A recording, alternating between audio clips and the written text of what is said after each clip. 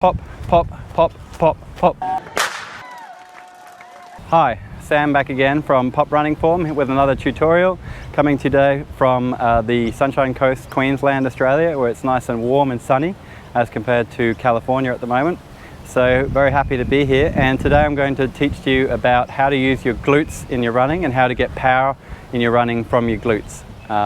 So if you haven't checked out my previous videos, I have one video on strutting, and then the other video is tablespoon, and that's a precursor to this video where we want to get our posture in the right place for getting more power in our running. So if you haven't checked out those videos, then have a look at that.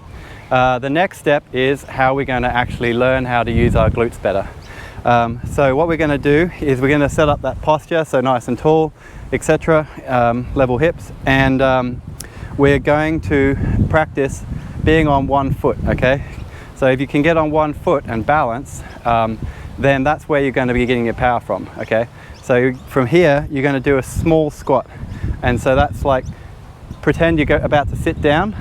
You're going to sit down and your bum's going back a little bit. So you get a small squat. Try and keep your knee roughly where it is. You don't want your knees going forward because then you're doing it slightly differently. You want to be getting your bum back like that, but your weight is over your bum. Small squat. And then from there, you want to push up, okay? And that's the pop, right? So it's this pushing up, that's that rapid hip extension. So this hip extension is powered from your glutes. And so when you can be on one foot, this is how you should land ideally. If you're doing the strutting action, you're not overstriding. You land on this foot, then you start engaging these glutes and pushing up, and then you pop. So then basically, you've got to learn how to translate this into running. So there's two different approaches. One is firstly just doing it in place. So you stand on your one foot, do a small squat, push up, land on the other foot, and try and be nice and balanced the whole time, right? Stand on one foot, push up, land on the other foot, okay? And then what you do is you build that up. So you build into more of an elastic, bouncy rhythm where you're actually getting that elastic energy coming back into your feet from the muscles loading up and then unloading, okay? And when you're balanced and you're over your foot, then that works really well. So you just build up until you get to this nice bouncy action. You want to feel like a nice little bit of springiness in your legs when you get to this point. But notice what I'm trying not to do is pick my legs up, right? So I'm not doing this, I'm trying to push.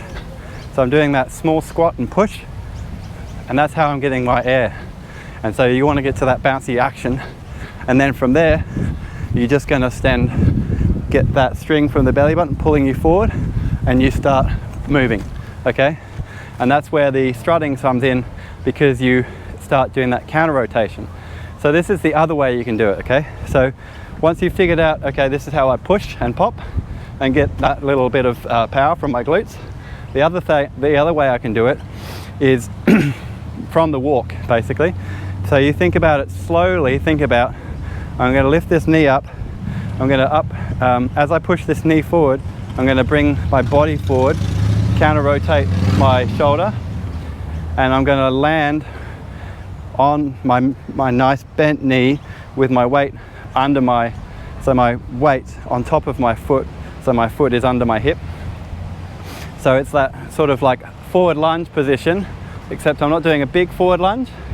Ideally, we're going to keep our arms back. We don't want our arms going forward. So a small forward lunge where we're going to go land here and then push, okay? And so if you can do that, you just do small forward lunge, land on your foot, push, and then land on the next foot, okay? So instead of just doing the walking where you just do it slowly, you move it into a run. So you go push, push, push, push, push, or as I would have it, pop.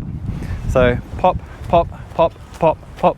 So instead of doing it in place, instead of doing this in place action to get you started and then moving forward using your hips and like the string from the belly button approach, you can think about that mini forward lunge, like strut rotation thing happening, and then pop, right? And then, so there are two different ways that you can try starting to get that running, okay? And so to really exaggerate it, you can do longer strides, right? So what you want to try and avoid when you're doing this is arching your back. So you don't want to try and get that hip extension from arching your back. You want to keep your core strong. So for some people this will be hard, so I'm going to do a follow-up video on warm-up exercises you can do to start opening up your hips so you can get that hip extension but while still keeping a strong core and not like giving way, arching your back, because that's when your bum goes back and everything goes to pot basically, okay? So we want to get that hip extension with the strong core, and what you can practice is trying to do a longer step, see how long you can get with your current mobility, and that will give you the exaggerated action that you can build on, because then when you want to run faster, then you might want to have that longer stride. But initially a short stride with just a bit of pop for each step will be more efficient, and you'll have a higher cadence and it's just a bit less effort. So that was the condensed version of this lesson, so I hope that helps.